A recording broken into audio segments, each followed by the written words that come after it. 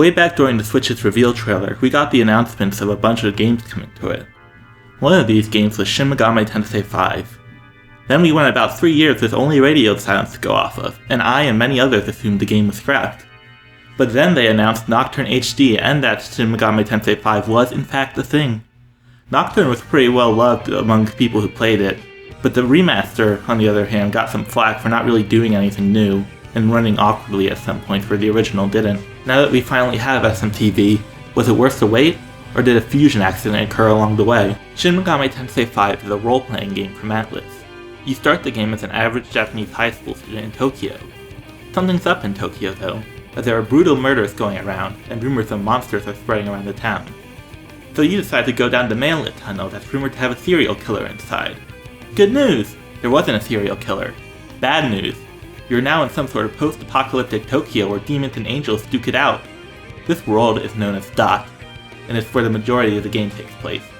After stumbling around for a bit, a group of demons go for your throat, but you're saved by a mysterious stranger named Aogami. By taking his hand, the two of you merge together, creating the Naho Bino, and now you must fight your way through Dot, trying to figure out what happened and what your place in this situation is. From the moment you enter Dot, SMTV shows it's going to be unlike any other SMT game before it. Previous SMT games tended to feature a city map sort of phase where you travel at long distances, and various structures or dungeons to enter on said map. SMTV instead drops you in a massive area and lets you explore around to find out where you need to go and what you need to do. The first area is pretty linear, but there are still tons of side paths you can go down for secrets, and each area after it opens up more and more. The new level of exploration is elevated by the inclusion of the jump button. Now when exploring, you have to consider the vertical plane as well as the horizontal one, and it can create some pretty interesting areas. Battling is pretty much the same as it has been, although there have been some minor changes that have left some pretty big ripples. You're still working with the press turn system, where each combatant gets an icon representing an action, and you get half an icon back if you hit a weakness or land a critical hit. You also lose an additional icon if you hit an element the enemy nullifies, and it immediately becomes the enemy's turn if you hit something they repel or absorb. Returning from 4 Apocalypse are skill affinities. Each demon has their own list of affinities, with certain elements getting boosted damage and lowered MP cost, while other elements get the reverse. And now let's get into the changes. First, the lineup of your demons is the order they'll attack in when it's your turn. This pretty much means nothing, but it does become important for certain hard battles. Second, the press turns themselves have been altered a bit. Now the system prioritizes half icons over consuming full icons. That might sound confusing, and what I mean by that is that if you were to pass 4 times, you'll have 4 half icons left instead of 2 full icons. Again, nothing major except for some harder battles. Guarding is also a thing now. You can choose to guard to reduce damage and cover up weaknesses for 1 turn. I think I guarded 3 times throughout my entire playthrough, but it is an option you can do. Speaking of defense, the Vitality stat is back. Now it covers physical and magical damage. Buffs have received a pretty big overhaul. Now they're single target, they can only be stacked 2 times, and their effect is lost after 3 turns. I'm not really a fan of this system, but I've noticed that Dekunda and Dekaja have become rarer as a result. So now the biggest threat to your buffs is your own MP. A new mechanic in battles is the Magatsuhi gauge. In Nocturne, Magatsuhi was part of the plot, but it had no impact on gameplay. That's not the case here. Over the course of battle, the Magatsuhi gauge will fill up. When it maxes out, you'll be able to pull off a Magatsuhi move. These moves, in addition to having a pretty powerful effect, also don't consume any turns, so the character that does the Magatsuhi move can move again for free. There are a wide variety of Magatsuhi moves, with each race of demons having their own exclusive move. Oddly enough, every race, even the Nahobina, starts with what's arguably the best move in the game, a Multigatoki critical. This move makes it so that every attack your party does is a critical hit, including your magical attacks. Naturally, this also lets you take 8 actions that turn, assuming every attack hits. There are very few Magatsuhi skills that are even comparable to how useful this is, with the only ones I can think of being the Herald and Megami skills, and maybe the Jackie skill under some niche circumstances. While not an official change, something else that has been altered are the enemy HP values and the MP cost of skills. Some enemies, and just about every boss, have become very beefy with boatloads of HP, and the MP cost of skills have been jacked up quite a bit, even if you have maxed out affinity for the skill. This makes it so that you can't just rely on the Naho Bimbo and 3 demon allies. you're going to need to be fighting with your entire roster of demons if you want to survive. This is pretty unique for an SMT game, and while it took a while to get used to it, I ended up loving the system, and it was really fun to switch between demons each battle. Fusion is mostly the same as it has been, but there's been one big change: demon essences. These work similarly to demon sources in Strange Journey, as they both provide more skills to the demons. However, there have been some game-changing alterations. For one, demon essences are used under the new Apotheosis menu on demons you already fused, so if you couldn't get the skill you wanted on one of the parent demons, you can just use an essence to get the skill. And two, the Naho Bimbo can also use essences, either for choosing to learn new skills, or copying the elemental strengths and weaknesses of a demon. I'm pretty sure there are only 3 essences which don't have an elemental weaknesses, and 2 of them are from DLC demons, so you're basically always going to have one weakness to worry about, but it still provides a pretty interesting system. Also under the Apotheosis menu are the miracles. This is basically the app system from SMT4 and Apocalypse. You spend glory, which you get from various sources, to upgrade your character and team. These upgrades include more skill and demon slots, more ways to fill the Magasuhi gauge, skill affinity for the Nahobino, and even the ability to let your demons use items. I wasn't a fan of this system in the 4 duology, and I'm still not a huge fan. It always feels like you're either too underpowered if you don't grind for glory, or too overpowered if you do.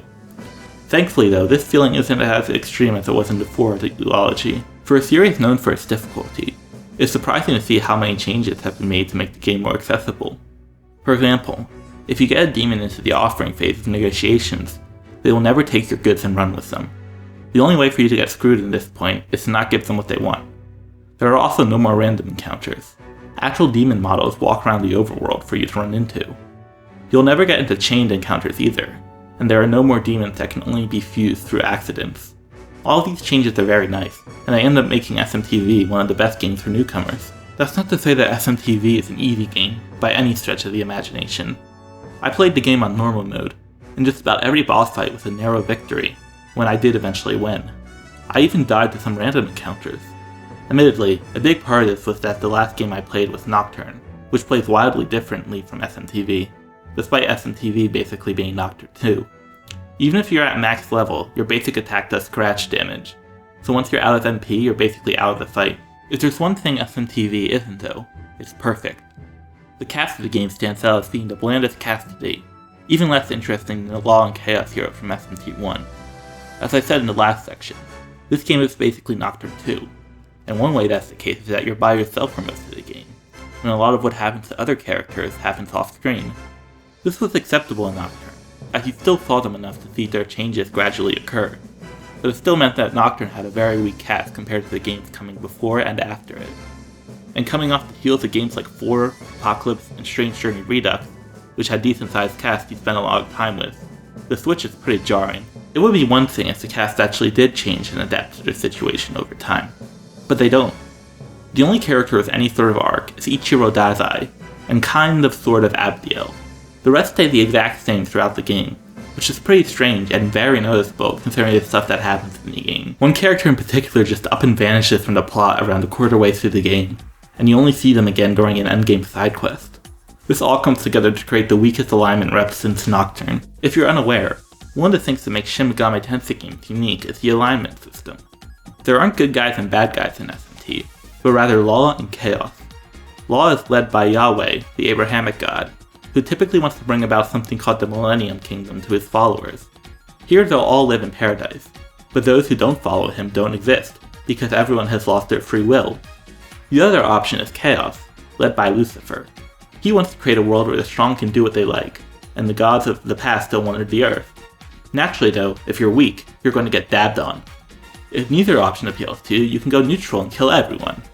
This generally gives the happiest ending, as genocides tend to do, but unfortunately, it also tends to only postpone the inevitable outcome of Law or Chaos totally winning. SMTV does something strange with the alignments, and it's to a detriment in my eyes. I'm going to have to discuss some spoilers to explain this, so skip to here if you want to remain pure. While there are choices you can make to alter your alignment, they literally mean nothing. At the very end of the game, you get to choose whether you want to be lawful, neutral, or chaotic, possibly disregarding every choice you made up until that moment. The only consequence of choosing a different alignment than what your choices reflected is that one class will be locked behind an absurd Maka wall, and in New Game Plus you'll lose out on a special miracle. To the game's credit, each side clearly wants to create what they view as a better world for humanity, and there is no truly irredeemable option, unlike some other games. While we're talking about spoilers, I want to touch on the game's finale. It's a very big letdown. Weewoo in 4 Apocalypse, Memelef and Shekinah in Strange Journey, and even Lucifer and Nocturne were all awesome final fights that challenged you even if you were maxed out. The same cannot be said for Matter Lucifer, the final boss of 3 of the 4 routes. This is supposed to be the true form of Lucifer, and he doesn't even put up a fight. There isn't even music to go with the battle. This might be because I ended up choosing the Chaos route, as I know he has some special attacks and a theme on at least one route, but that doesn't mean the other battles should be a complete cakewalk. It's pretty apparent that there's a problem, because for a while when you looked up Shin Megami Tensei V Final Boss on YouTube, the first result was a battle against the Super Boss. While the game looks nice for the most part, it's clear that the Switch is struggling to run it. Slowdown is very common, even in early game cutscenes, and if you go more than 5 feet away from somebody, their animations drop to single-digit frames per second. The music is also just okay, in a series with a track record for amazing songs. There are some really good tracks, like the Absence theme and the remixed Fiend theme, but besides those two, nothing really stood out to me. Finally, we need to talk about the third area of the game. It is one of the worst areas I've ever suffered through in an SMT game. Worse than Sector Aradenus, worse than Yahweh's Universe, it's only rivaled by some of the most unbearable dungeons in SMT2. The gimmick of the level is pretty neat. There's high ground and there's low ground, and you have to go between the two to navigate. The problem is the execution. The nature of the place makes it extremely difficult to figure out where you need to go, and there are a lot of paths that lead to just dead ends. It's very easy to fall off ledges and plummet to the low ground, and while there's not fall damage or anything like that, it's still annoying to have to find your way back or have to go through a waiting screen to teleport to the last save point. Worst of all are the flying demons. These guys are annoying no matter where they show up, but the Anzu at the third area are particularly nasty. It feels like they'll come at you from every direction, and a lot of times they'll get the first turn even if you manage to hit them with your sword. The developers even seem to realize this place sucks, because there are a notable lack of side quests here. Even the ones that are here tend to involve going to another area, or are situated right next to a save point. Overall though, I really liked Shin Megami Tensei V. It might just be recency bias, but I think it's overthrown Persona 3 Fez and Nocturne as my favorite SMT game. I really like the more open world, and exploring it is always rewarding. The things that are the same are still wonderful, and abusing the fusion system to create unholy abominations is always a good time. There are a few rumors floating around that this game is coming to the PC and PS4, so if you have one of those and are concerned about how it's running, you may want to wait. But for everyone else, this is a glowing recommendation. If you didn't dislike the video, then you are legally obligated to leave a like, a comment, and subscribe to the channel. I didn't enforce the rules, but I also made the rules, so you better follow them.